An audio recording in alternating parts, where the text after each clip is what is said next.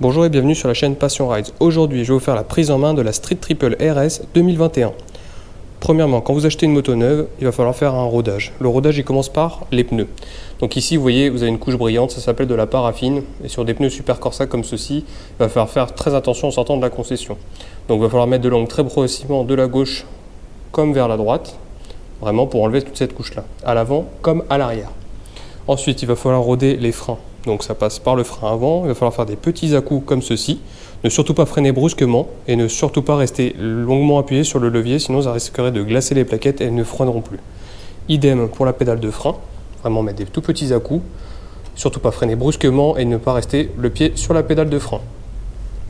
Ensuite, vous allez devoir roder la boîte de vitesse. La boîte de vitesse, ça va être très simple. Vous allez devoir passer les vitesses le plus souvent possible, donc en ville, il va falloir se forcer à y aller, passer tous les rapports exagérés, donc ne pas rester sur le même rapport pendant les 1600 km de rodage. Pour le rodage du bloc moteur, vous allez devoir faire un rodage par palier. Donc de 0 à 480 km, il ne faudra pas dépasser les 5000 tours minute. De 480 km à 960 km, il ne faudra pas dépasser les 6000 tours minute. De 960 km à 1280 km, il ne faudra pas dépasser les 7000 tours minute. Et enfin, de 1280 km à 1600 km, il ne faudra pas dépasser les 8000 tours minute. Dans votre moto, vous avez donc l'écran TFT couleur ici, vous avez un mode rodage. Pour y accéder, c'est très simple, il faut aller dans le menu maison qui est en bas à droite. Vous allez aller dans affichage, donc pour naviguer dans les menus, il va falloir se déplacer avec le joystick qui est en bas à gauche, donc vers en bas, l'affichage, vous validez. Ensuite, vous allez aller dans indicateur de changement et ensuite vous allez sélectionner en rodage. Donc, vous validez et ensuite, quand vous allez revenir, donc sur les côtés, vous avez le contour et vous avez un menu dédié au contour par la même occasion qui est ici. Vous allez voir justement le contour qui s'allume jusqu'à 5000 tours minute et il y aura le changement de rapport qui sera indiqué sur le contour ici et ici. Au niveau des vérifications techniques à faire assez régulièrement, il va falloir faire la pression des pneus. Donc vous avez des valves coudées qui sont très faciles d'accès, à l'avant comme à l'arrière. Et la pression des pneus se retrouve sur votre protection de carter de chaîne ici. Donc on a 2,3 bars à l'avant et 2,9 bars à l'arrière. La pression des pneus doit toujours se faire à froid. Au niveau de la tension de chaîne, donc ici vous avez votre kit chaîne. Au niveau de la flèche, à peu près à ce niveau-là, donc à équidistance entre votre couronne et le pignon de sortie de boîte, il va falloir avoir une tension de chaîne de 3 cm environ, donc du bas vers le haut. Donc sur le côté gauche de votre moto, ici, vous avez un petit bocal, vous voyez. Donc il y a un petit ergot en haut, celui-ci, et un petit ergot en bas. Donc quand la moto est froide, bien entendu, sur une surface plane, il va falloir que le niveau de liquide de refroidissement se situe entre ces deux traits. Pour le niveau d'huile, il va falloir démarrer votre moto pendant 5 minutes, la laisser tourner au ralenti sur une surface plane, bien entendu. Ensuite, vous allez couper le moteur et dévisser la jauge qui se situe du côté droit de votre machine, juste à côté de la pédale de frein. Vous allez l'essuyer dans un premier temps, dès que vous l'avez dévissé. Voilà. Vous la remettez en place et vous la revissez complètement. Ensuite, vous redressez la moto, donc vraiment qu'elle soit sur son point d'équilibre, sur une surface plane, et vous retirez la jauge. Et enfin, vous allez pouvoir vérifier. Donc à droite, vous avez un petit ergot, donc ça c'est le niveau maximum. Et celui de gauche, c'est le niveau minimum. Il faut que le niveau se situe entre ces deux traits. Pour le niveau de liquide de frein à l'avant, vous avez un bocal qui est juste devant sur votre guidon. Vous avez un niveau maximum juste en haut et un niveau minimum en bas. Il faut que le liquide soit compris entre les deux.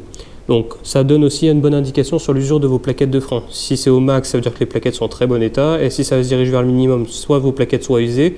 Donc ça c'est fort probable. Sinon, si vous avez un levier qui devient très spongieux, attention, vous avez peut-être une bulle d'air dans le système de freinage, donc attention à ça.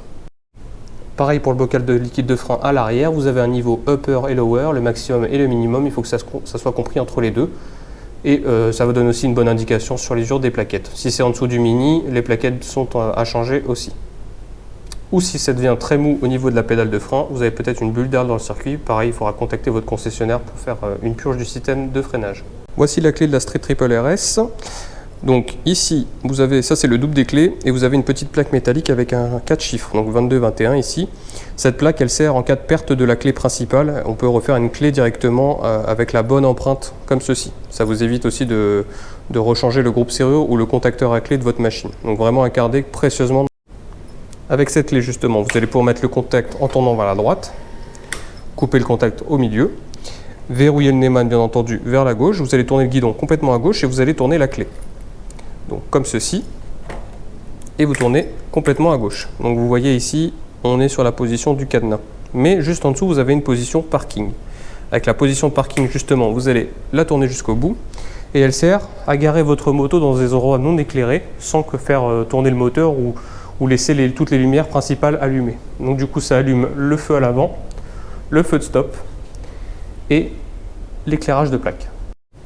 N'oubliez pas de remettre la position de la clé sur le Neyman ou en position déverrouillée, car on peut vraiment enlever la clé en position parking et partir avec la clé, vous voyez, et ça reste quand même allumé. Donc vraiment faites attention à cela. La clé vous servira aussi à ouvrir la trappe à essence. Donc ici vous allez soulever le petit logo Triumph, vous allez mettre la clé dedans. Vous allez faire un quart de tour vers la droite pour déverrouiller. Le bouchon est sur charnière bien entendu. Dans votre réservoir vous pouvez mettre du 95, du 95 ou 10 ou du 98. Surtout pas de E85, l'éthanol est fortement déconseillé voire même interdit. Pour remettre en place et refermer la trappe, vous allez tout simplement appuyer dessus. Voilà, vous enlevez la clé et vous remettez l'opercule. Avec la clé, vous allez pouvoir ouvrir votre selle. Donc sur la Street RS, vous avez un capot de selle qui est livré de série, mais il y a aussi une selle classique. Et pour les changer, c'est très simple. Vous allez sur le côté gauche de votre moto, vous avez une serrure ici. Vous tournez la clé à gauche et vous allez prendre par en dessous ceci. Donc sous la selle, vous avez des outils, donc des clés BTR, cruciformes et plates. Vous avez un petit espace de rangement, on peut mettre les papiers dedans par exemple. Vous avez une prise USB aussi ici, donc elle est branchée en plus après contact, elle fonctionne uniquement quand vous avez le contact de mi. Si vous avez besoin, on peut faire passer du coup un câble à travers la moto, sous la selle, sous le réservoir, pour vous le faire passer jusqu'à devant, pour avoir une alimentation à votre guidon. Pour refermer, il va falloir repositionner le capot de selle et vraiment l'appuyer vers ici et entendre un clac. Voilà. Là, elle est bien verrouillée. Attention à bien entendre ce clac parce que sinon vous allez pouvoir perdre soit la selle, soit le capot de selle si ce n'est pas bien verrouillé. Au niveau de votre guidon et de tout ce qu'il y a au niveau des commandes, donc premièrement, vous avez des rétroviseurs en bout de guidon d'origine. Vous pouvez les mettre soit à l'intérieur, soit vers l'extérieur. Et vous pouvez aussi les mettre en position basse, donc des deux côtés. Attention du coup au réservoir, hein, si c'est en position basse, à ne pas taper dedans. Sur le commodo de gauche, vous avez en rouge ici la gâchette qui fait les appels de phare. En haut, vous avez le feu de jour, le feu de croisement, les modes de conduite sur le bouton M, les clignotants gauche et droite, en bas à gauche, l'avertisseur sonore, et enfin le joystick de sélection qui a plusieurs fonctionnalités. Donc vous pouvez monter, descendre, aller à gauche, à droite et appuyer dessus pour valider. Enfin, sur la droite, vous avez les feux de détresse, le coupe-circuit, le démarreur en bas et le menu Home pour entrer dans les paramètres profonds de la machine. Vous avez aussi le réglage de l'écartement des leviers qui est ici. Donc vous avez juste à tourner cette molette et ça rapproche et ça l'éloigne bien entendu. Idem de ce côté-là, vous tournez d'un côté comme de l'autre. Et enfin ici, vous pouvez régler la progressivité du freinage. Donc tout simplement, vous avez trois niveaux. Ici, on est sur le niveau 19. Donc en poussant le levier et en tournant la molette ici, vous pouvez régler la force de freinage. 19, 20, 21. À 21, vous avez un levier qui attaque vraiment très fortement. Donc attention à ça, ça fait vraiment un freinage très brusque. Au niveau de votre écran, donc quand vous mettez le contact, vous avez le logo Triumph. Vous allez avoir écrit le nom de la moto, bonne journée ou bon après-midi, et le kilométrage de la moto et le prochain entretien en nombre de jours. Ici, vous avez le carburant en bas, c'est normal. Donc pour naviguer dans les menus de la moto, c'est ici, dans le joystick de sélection qui est juste en bas. Vous pouvez descendre, monter, aller à gauche, à droite et valider en appuyant dessus. Donc sur l'écran, on retrouve la vitesse ici, le rapport engagé, les modes de conduite, la jauge à essence et la température de liquide de refroidissement. Le contour a un menu dédié, vous avez la température extérieure, c'est important, et enfin l'heure. Donc là, on est sur le menu du contour, comme indiqué en haut. Donc à chaque fois, je vais appuyer sur le bouton qui est ici, vers le haut ou vers le bas, comme ceci ou comme cela, pour changer les menus à l'écran. Donc là, on a le menu chronomètre. Sur la version RS, vous avez un chronomètre. Forcément, c'est une machine qui est plutôt destinée à la piste, même si elle est très bonne sur route. Mais voilà, vous pouvez avoir la vitesse moyenne de votre tour, le temps au tour actuel et le précédent, et le nombre de tours que vous avez effectué. Ça se déclenche directement au commodo. Ici, vous pouvez personnaliser l'affichage. Donc vous avez 4 styles d'affichage. Le premier style, comme ceci. Le deuxième style. Le troisième style. et le quatrième style. Pour les besoins de la vidéo, je remets le deuxième style. On peut aussi personnaliser les couleurs. Donc sur les jauges que vous voyez ici par exemple, on peut personnaliser, donc on peut mettre du bleu, du jaune, du vert ou du blanc, tout simplement en sélectionnant ce qu'on veut. On a le contraste auto, c'est-à-dire qu'il y a un capteur de luminosité dans l'écran qui gère la luminosité ambiante. Donc là, il est en mode automatique, la luminosité n'est pas exceptionnelle, donc le fond de compteur est noir. Et c'est ce que vous aurez aussi quand vous démarrez la moto de nuit. En revanche, si vous la démarrez en plein jour avec un grand soleil, le fond de compteur passera blanc, comme ceci. Pareil pour les besoins de la vidéo, je remets en automatique, c'est plus lisible. Les entretiens sur cette moto, donc c'est première révision à 1000 km et ensuite c'est tous les ans ou tous les 10 000 km. Les grosses révisions, c'est pas avant 20 000 km. Donc ici, vous avez le prochain entretien à faire avant le février 2022 ou dans 1000 km. Et vous avez le kilométrage de la moto qui se retrouve ici. Ici, on a la consommation actuelle, la consommation moyenne. Bon, elle est totalement fausse, hein, c'est normal, la moto, elle n'a pas roulé. Et enfin, la plage d'utilisation, donc votre autonomie tout simplement, qui va être reliée à votre jauge à essence, qui est pour l'instant nulle. Vous pouvez rétablir, donc vraiment afficher et réinitialiser ces valeurs en restant appuyé sur le bouton longuement. On reste appuyé dessus et ça repartira à 0. Ensuite, vous avez les trips, donc le trip partiel, la distance, la vitesse moyenne et la durée du trip. Pareil, vous restez appuyé sur le bouton du joystick pour le réinitialiser. À droite, c'est pareil, vous avez un deuxième trip. En option, sur cette machine, vous pouvez connecter un module Bluetooth. Donc vous allez pouvoir recevoir les SMS directement sur le tableau de bord de votre machine en connectant votre smartphone à l'application MyTriumph. Vous avez les appels, recevoir et émettre les appels si vous avez un intercom. Le GPS, pareil, si vous mettez une destination dans l'application de Triumph, vous allez pouvoir voir la navigation. Ici, il y aura les distances qui s'afficheront, les destinations, le nombre de kilomètres à parcourir et l'heure d'arrivée. On peut connecter une GoPro aussi pour déclencher des enregistrements ou faire des captures d'écran. La musique, c'est pareil, si vous avez un compte Spotify ou Deezer, vous pouvez connecter votre smartphone directement dessus pour lire la musique. Vous pouvez changer de musique, revenir en arrière, avancer dans votre playlist et mettre en pause, bien entendu. Et ensuite, vous pouvez mettre ensuite le son, donc plus bas, plus fort, ou couper le son en appuyant sur le joystick. Et on a fait le tour, on est revenu sur le compte tour. Ici, on a la gestion des feux. Donc, ici, vous voyez, on a la signature LED lumineuse qui est allumée, comme ceci, en feu de jour, à utiliser uniquement de jour, justement. En bas, ici, vous avez les feux de croisement. Donc, ça allume que l'optique à gauche. Et enfin, si vous appuyez sur le plein phare, ça allume le plein phare de droite. Ici, les modes de conduite. Donc les modes de conduite, comme je vous l'ai dit tout à l'heure, ils se retrouvent en bas de l'écran, juste ici. Donc en appuyant sur le bouton mode, vous allez accéder au mode de conduite. Donc vous en avez plusieurs. Vous avez le mode rain, c'est le mode pluie, le mode route, le mode sport, le mode circuit et le mode rider. Ces modes jouent sur plusieurs facteurs, sur l'ABS notamment, la réponse de l'accélérateur, vu que c'est un accélérateur électronique, il n'y a plus de câble, et sur le niveau d'anti-patinage. Donc en mode rain, tout est restreint, la moto est vraiment très docile, et en mode rider, vous pouvez tout déconnecter, même le contrôle de traction, mais pas l'ABS, à cause de la norme Euro 5. Donc pour changer de mode, il faut simplement appuyer sur le bouton, ou sélectionner avec le joystick ici. Vous voyez, je navigue dans les menus. Dès que vous avez fait votre choix, vous allez aller sur le mode sport et vous allez valider en appuyant sur le bouton ici. Et ça a validé le mode. Vous voyez, il s'est affiché ici. Vous pouvez changer de mode à l'arrêt comme en roulant. Donc là, à l'arrêt, comme je vous ai montré, vous appuyez sur le bouton mode, vous y accédez. Vous allez sur le mode que vous voulez et vous validez. Et en roulant, c'est un petit peu différent. Il faudra appuyer sur le bouton, sélectionner celui que vous voulez. Le mode sport, par exemple, vous allez, pareil, appuyer sur le bouton pour valider. Et il faudra couper les gaz complètement pour valider le changement. Ensuite, vous avez les clignotants ici, gauche et droit. Donc sur cette machine, donc elle est équipée de clignotants à LED défilants. Vraiment, ça donne un super style à la machine. Donc pareil, vous avez plusieurs fonctionnalités. Donc là, vous avez des clignotants à rappel automatique qu'on peut configurer juste après. Donc là, de base, ils sont configurés en manuel. Donc c'est-à-dire comme n'importe quelle machine, vous allez mettre le clignotant, il va falloir appuyer dessus pour l'arrêter. Vous avez un mode auto normal, c'est-à-dire que vous allez mettre le clignotant, ils vont clignoter pendant 8 secondes si vous avancez, ou alors ils vont s'éteindre au bout de 65 mètres si vous roulez. Et si vous êtes à l'arrêt, ils ne vont pas se couper. Et enfin, vous avez un mode avancé où ça clignote 3 fois comme sur les voitures allemandes. Ça clignote 3 fois et ça se coupe tout seul. Voilà, donc à paramétrer dans les menus Home de la maison que je vais expliquer juste après. Ici, vous avez l'indicateur de sonore, hein, c'est pour faire un petit coup de klaxon.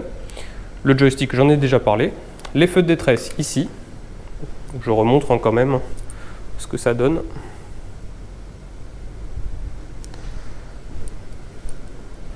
Le coupe-circuit à utiliser qu'en cas d'extrême urgence, bien entendu. En bas, le démarreur en appuyant ici. Pour démarrer la moto, il va falloir appuyer sur ce bouton-là, tout en débrayant. Voilà, c'est une sécurité.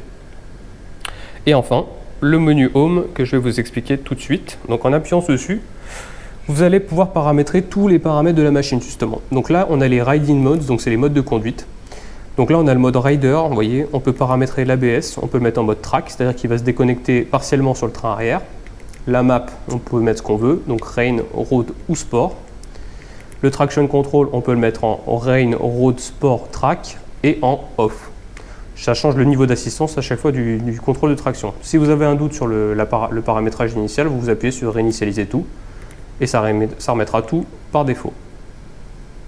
Ensuite, vous avez le moto config. Donc là, la moto est équipée d'un shifter. Donc Triumph Shift Assist, ça veut dire TSA. Donc là, on peut l'activer ou le désactiver directement dans le tableau de bord.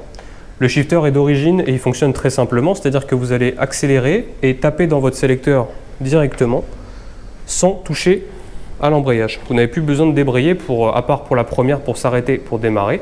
Mais en gros, vous allez pouvoir passer tous les rapports à la montée comme à la descente sans toucher à l'embrayage. Donc là, on peut le désactiver ou l'activer. Les clignotants, comme je vous ai expliqué tout à l'heure, donc de base, ils sont en manuel, donc comme sur n'importe quelle machine. L'autobase, ici, on va avoir 8 répétitions ou 65 mètres avant qu'il s'éteigne. Et le mode avancé, c'est 3 répétitions et il s'éteigne tout seul. Traction Control, il est activé par défaut, mais on peut le désactiver si on veut. Donc là, quel que soit donc quand on allume la machine, il sera automatiquement désactivé ou activé. Et enfin, on a l'entretien. Donc là, on peut revoir si on a un doute, donc la fréquence d'entretien, 1000 km ou la prochaine date dans 364 jours. Trip config. Donc là, c'est pour initialiser les trips dont je vous ai parlé tout à l'heure. On peut le faire directement dans le menu ou par ici. L'affichage, on peut, comme pour tout à l'heure, on peut paramétrer la couleur qu'on peut paramétrer dans les menus juste avant. La luminosité, on peut régler la luminosité de l'écran, donc en contraste haut avec les fonds de compteur blancs, vous voyez. On peut baisser ou augmenter la luminosité en fonction de sa convenance. On ne peut pas le faire en roulant par contre. En bas, c'est pareil pour le contraste bas. Les supports visibles, c'est-à-dire que c'est tous les menus qui sont affichables. Donc là, trip 1, trip 2, état du carburant, l'entretien, la couleur, enfin les couleurs, les styles, le contraste, le chronomètre, le liquide de refroidissement, le contour, le commande de volume, voilà. On peut, en cochant, donc en appuyant dessus sur ce bouton-là, on peut cocher ou décocher les menus qu'on veut pour ne pas avoir trop de menus affichés sur l'écran. L'indicateur de changement, je vous en ai parlé tout à l'heure pour le rodage, mais on peut aussi le définir pour l'utilisateur, c'est-à-dire que ici, je peux mettre ce que je veux. C'est-à-dire que je peux mettre, moi, si je veux que ça passe les rapports à 6000 tours minute et avoir une alerte visuelle, on met 6000 tours minute ici. Si vous avez un doute, vous rétablissez. Sinon, vous remettez le rodage carrément. Ou quand vous n'avez plus de rodage à faire et que vous ne voulez plus utiliser, vous passez en désactivé. Donc là, pour les besoins, on va le remettre en rodage parce que la moto est neuve. Ici, on peut paramétrer la langue. Donc vous avez l'anglais, le français, l'allemand, l'italien, le néerlandais, le portugais, l'espagnol et le suédois. Ici, on a les unités de mesure, donc là, les distances. On peut paramétrer donc en miles par gallon ou en kilomètres par litre. Voilà, vous pouvez tout paramétrer. La température, c'est pareil, en degrés ou en Fahrenheit. La pression des pneus en bar, en PSI ou en kilobar.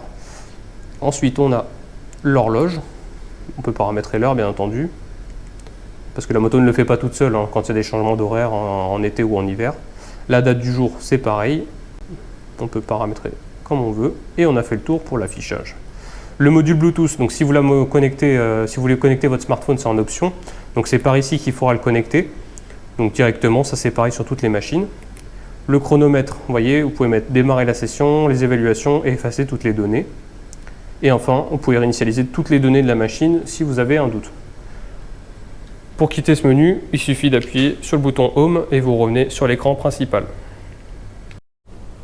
Donc, toutes les Triumph sont garanties 2 ans, kilométrage illimité. Si vous avez besoin, vous appelez l'assistance au 01 48 97 74 43. C'est une assistance qui est valable pendant 2 ans, kilométrage illimité, hein, bien entendu.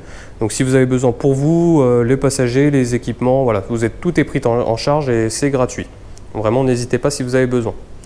Merci d'avoir regardé cette vidéo. N'hésitez pas à liker, commenter, partager. Si vous avez des questions, posez-les dans les commentaires, j'y répondrai avec grand plaisir. Et on se retrouve pour une prochaine vidéo. Au revoir.